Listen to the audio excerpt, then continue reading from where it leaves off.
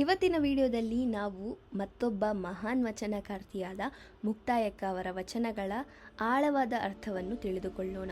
So welcome to last phase study. ಇಂದಿನ ವಿಡಿಯೋದಲ್ಲಿ ಮುಕ್ತಾಯಕ್ಕ ಅವರ ವಚನಗಳು, ಸಾಲು ಸಾಲಿನ ಅರ್ಥ, ಒಳಗಿನ ಸಂದೇಶ ಮತ್ತು ಆಳವಾದ ತತ್ವವನ್ನ ತುಂಬಾ ಸರಳವಾಗಿ ತಿಳಿದುಕೊಳ್ಳೋಣ. ಈ ಪರಿಚಯ ನೋಡಬೇಕಾದ್ರೆ ಮುಕ್ತಾಯಕ್ಕ ಕನ್ನಡದ ಪ್ರಸಿದ್ಧ ಶಿವಶರಣೆಯರಲ್ಲಿ ಒಬ್ಬರು. ಅವರು 12ನೇ ಶತಮಾನದಲ್ಲಿ ಬಸವಣ್ಣನವರ ಅನುಭವ ಮಂಟಪದಲ್ಲಿ ಭಾಗವಹಿಸಿದ ಮಹಾನ್ ವಚನಕಾರ್ತಿ. ಅವರು ಆತ್ಮಜ್ಞಾನ, ಯೋಗ, ಭಕ್ತಿ ಮತ್ತು ಜೀವನದ ಸತ್ಯಗಳ ಬಗ್ಗೆ ತಮ್ಮ ವಚನಗಳಲ್ಲಿ ಆಳವಾದ ವಿಚಾರಗಳನ್ನು ತಿಳಿಸುತ್ತಾರೆ. ಅವರ ಆರಾಧ್ಯ ದೇವರು ಅಜಗಣ ಆಗಿದ್ದು, ತಮ್ಮ ವಚನಗಳಲ್ಲಿ ಭಕ್ತಿಯ ಮೂಲಕ ಆತ್ಮಶುದ್ಧಿ ಮತ್ತು ನಿಜವಾದ ಜ್ಞಾನವನ್ನು ಪಡೆಯಬಹುದು ಎಂಬ ಸಂದೇಶವನ್ನು ನೀಡಿದ್ದಾರೆ. ಮುಕ್ತಾಯಕ್ಕ ಅವರ ಸಾಲು ಸಾಲಿನ ವಿವರಣೆಯನ್ನು ನೋಡೋಣ. ಹೂವಿನೊಳಗೆ ಪರಿಮಳ ಅಡಗಿರುವಂತೆ ಒಳ್ಳೆಯ ಗುಣಗಳು ಮತ್ತು ಆತ್ಮಜ್ಞಾನವು ಮನುಷ್ಯನೊಳಗೆ ಅಡಗಿರುತ್ತದೆ. ಪರಿಮಳ ಕಣ್ಣಿಗೆ ಕಾಣುವುದಿಲ್ಲ, ಆದರೆ ಅದರ ಅನುಭವವನ್ನು ಪಡೆಯಬಹುದು. ಅದೇ ರೀತಿ ಭಕ್ತಿ ಮತ್ತು ಯೋಗವು ಕಣ್ಣಿಗೆ ಕಾಣದಿದ್ದರೂ ಮನಸ್ಸಿಗೆ ಶಾಂತಿ ನೀಡುತ್ತದೆ. 2ನೇ ಸಾಲಿನಲ್ಲಿ ಪತಂಗ ಅಂದರೆ ಬೆಂಕಿ ಹತ್ತುವ ಕೀಟ. ಬೆಂಕಿಯುತ ಆಕರ್ಷಕವಾಗುತ್ತದೆ. ಇಲ್ಲಿ ಅನಲ ಎಂದರೆ ಬೆಂಕಿ. ಬೆಂಕಿಯ ಶಕ್ತಿ ಹೇಗೆ ಅದರೊಳಗೆ ಅಡಗಿದೆಯೋ ಹಾಗೆಯೇ ಯೋಗದ ಶಕ್ತಿಯು ಮನುಷ್ಯನೊಳಗೆ ಅಡಗಿರುತ್ತದೆ ಎಂದು ಮುಕ್ತಾಯಕ್ಕ ಹೇಳಿದ್ದಾರೆ. 3ನೇ ಸಾಲಿನಲ್ಲಿ ಚಂದ್ರನೊಳಗೆ 16 ಕಲೆಗಳು ಅಡಗಿರುವಂತೆ ಮನುಷ್ಯನೊಳಗೂ ಅನೇಕ ಶಕ್ತಿಗಳು ಮತ್ತು ಜ್ಞಾನ ಅಡಗಿದೆ.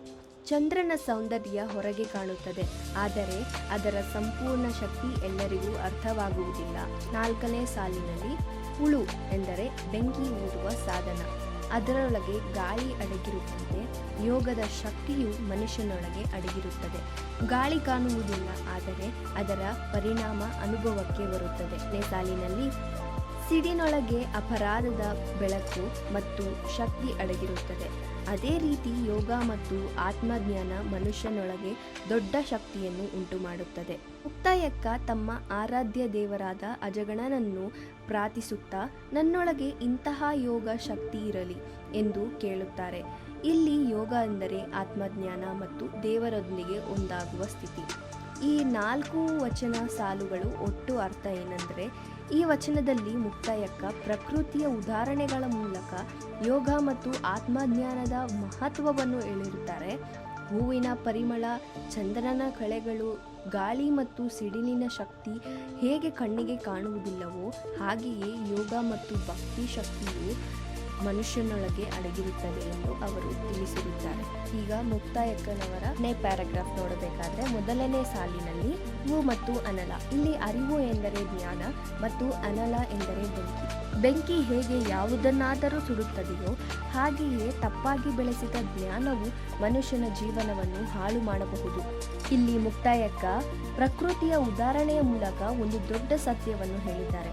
ಅದೇನೆಂದರೆ, ಜ್ಞಾನವಿದ್ದರೂ ಅದನ್ನು ಸರಿಯಾಗಿ ಅರ್ಥ ಮಾಡಿಕೊಳ್ಳದಿದ್ದರೆ ಮನುಷ್ಯ ಗೊಂದಲ ಮತ್ತು ದುಃಖಕ್ಕೆ ಒಳಗಾಗುತ್ತಾನೆ. ಮಾನವನ ಲೋಕವು ಆಸೆ, ಅಹಂಕಾರ ಮತ್ತು ತಪ್ಪು ಅರಿವಿನ ಕಾರಣದಿಂದ ಸಂಕಷ್ಟದಲ್ಲಿದೆ ಎಂಬ ಅರ್ಥವನ್ನು ಈ ಸಾಲು ನೀಡುತ್ತದೆ. ಇನ್ನು 2ನೇ ಸಾಲು ನೋಡಬೇಕಾದರೆ, ಜನರು ನಿಜವಾದ ಜ್ಞಾನವನ್ನು ಉಳಿಸಿಕೊಳ್ಳಲು ಮತ್ತು ಸರಿಯಾಗಿ ಬಳಸಲು ತಿಳಿಯದೆ ತಪ್ಪು ದಾರಿಗೆ ಹೋಗಿದ್ದಾರೆ.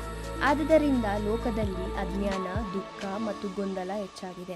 ಇಲ್ಲಿ ಮುಕ್ತಾಯಕ್ಕ ಜ್ಞಾನ ಇದ್ದರೆ ಸಾಕಾಗುವುದಿಲ್ಲ, ಅದನ್ನು ಸರಿಯಾಗಿ ಅರ್ಥ ಮಾಡಿಕೊಳ್ಳಬೇಕು ಎಂಬ ಸಂದೇಶವನ್ನು ನೀಡಿದ್ದಾರೆ. 3ನೇ ಸಾಲಿನಲ್ಲಿ ಈ ಗೊಂದಲದ ಮತ್ತು ಅಜ್ಞಾನದಿಂದ ತುಂಬಿದ ಲೋಕದಲ್ಲಿ ನಾನು ಹೇಗೆ ಬದುಕಬೇಕು ಎಂದು ಮುಕ್ತಾಯಕ್ಕ ಪ್ರಶ್ನಿಸುತ್ತಾರೆ. ಈ ಸಾಲಿನಲ್ಲಿ ಅವರ ಮನಸ್ಸಿನ ನೋವು, ಗೊಂದಲ ಮತ್ತು ಅವರ ಆತ್ಮಸ್ಥಾರಕವಾದ ಹುಡುಕಾಟ ಕಾಣಿಸುತ್ತದೆ.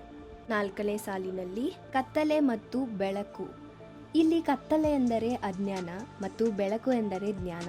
ಬೆಳಕು ಬಂದರೆ ಕತ್ತಲೆ ದೂರವಾಗುತ್ತದೆ. ಅದೇ ರೀತಿ ನಿಜವಾದ ಜ್ಞಾನ ಬಂದರೆ ಅಜ್ಞಾನವು ದೂರವಾಗುತ್ತದೆ.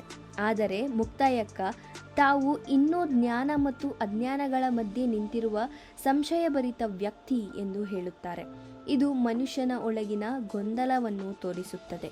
5ನೇ ಸಾಲಿನಲ್ಲಿ ಮುಕ್ತಾಯಕ್ಕ ತಮ್ಮ ಆರಾಧ್ಯ ದೇವರಾದ ಅಜಗಣನನ್ನು ಪ್ರಾರ್ಥಿಸುತ್ತಾ, ನಿನ್ನ ಯೋಗ ನನ್ನ ಕಣ್ಣು ತೆರೆಸಿ ನಿಜವಾದ ಸತ್ಯವನ್ನು ತೋರಿಸಲಿ ಎಂದು ಕೇಳುತ್ತಾರೆ. ಇಲ್ಲಿ ಕನ್ನಡಿ ಎಂದರೆ ಆತ್ಮಜ್ಞಾನ. ಕನ್ನಡಿಯಲ್ಲಿ ಹೇಗೆ ನಮ್ಮ ನಿಜವಾದ ಮುಖ ಕಾಣುತ್ತದೆಯೋ ಹಾಗೆಯೇ ಯೋಗ ಮತ್ತು ಭಕ್ತಿಯಿಂದ ಜೀವನದ ನಿಜವಾದ ಸತ್ಯ ಅರಿವಾಗುತ್ತದೆ ಎಂಬ ಅರ್ಥವನ್ನು ಅವರು ನೀಡಿದ್ದಾರೆ. ವಚನದ ಒಟ್ಟು ಅರ್ಥವೇನೆಂದರೆ, ಈ ವಚನದಲ್ಲಿ ಮುಕ್ತಾಯಕ್ಕ ಜ್ಞಾನ, ಅಜ್ಞಾನ ಮತ್ತು ಆತ್ಮಜ್ಞಾನದ ಬಗ್ಗೆ ಆಳವಾಗಿ ಹೇಳಿದ್ದಾರೆ. ಬೆಂಕಿ ಹೇಗೆ ಸುಡುತ್ತದೆಯೋ, ಕತ್ತಲೆ ಹೇಗೆ ಬೆಳಕಿನಿಂದ ದೂರವಾಗುತ್ತದೆಯೋ, ಅದೇ ರೀತಿ ನಿಜವಾದ ಜ್ಞಾನ ಅಜ್ಞಾನವನ್ನು ದೂರ ಮಾಡುತ್ತದೆ. ಆದರೆ ಜ್ಞಾನವನ್ನು ಸರಿಯಾಗಿ ಅರಿಯದಿದ್ದರೆ ಮನುಷ್ಯ ಗೊಂದಲ ಮತ್ತು ದುಃಖದಲ್ಲಿ ಸಿಲುಕಿಕೊಳ್ಳುತ್ತಾನೆ. ಆದ್ದರಿಂದ ದೇವರ ಭಕ್ತಿ, ಯೋಗ ಮತ್ತು ಆತ್ಮಜ್ಞಾನವೇ ಮನುಷ್ಯನಿಗೆ ನಿಜವಾದ ದಾರಿಯನ್ನು ತೋರಿಸುತ್ತದೆ ಎಂಬುದನ್ನು ಮುಕ್ತಾಯಕ್ಕ ಈ ವಚನದ ಮೂಲಕ ತುಂಬ ಸುಂದರವಾಗಿ ತಿಳಿಸಿದ್ದಾರೆ. ಪ್ರಕೃತಿಯ ಉದಾಹರಣೆಗಳ ಮೂಲಕ ಜೀವನದ ದೊಡ್ಡ ಸತ್ಯಗಳನ್ನು ಸರಳವಾಗಿ ಅರ್ಥ ಮಾಡಿಸಿದ್ದಾರೆ. ಸೊ ಈ ವಿಡಿಯೋ ನಿಮಗೆ ಉಪಯೋಗವಾಗಿದೆ ಅನಿಸುತ್ತೆ. ನಿಮ್ಮ ಅಭಿಪ್ರಾಯವನ್ನು ಕಮೆಂಟ್ನಲ್ಲಿ ತಪ್ಪದೇ ತಿಳಿಸಿ ಮತ್ತು ಮುಂದಿನ ಯಾವ ಪಾಠದ ವಿವರಣೆ ಬೇಕು ಅನ್ನೋದನ್ನ ಕಮೆಂಟ್ ಮಾಡಿ. Thanks for watching. See you in the next video of Last Phase Study.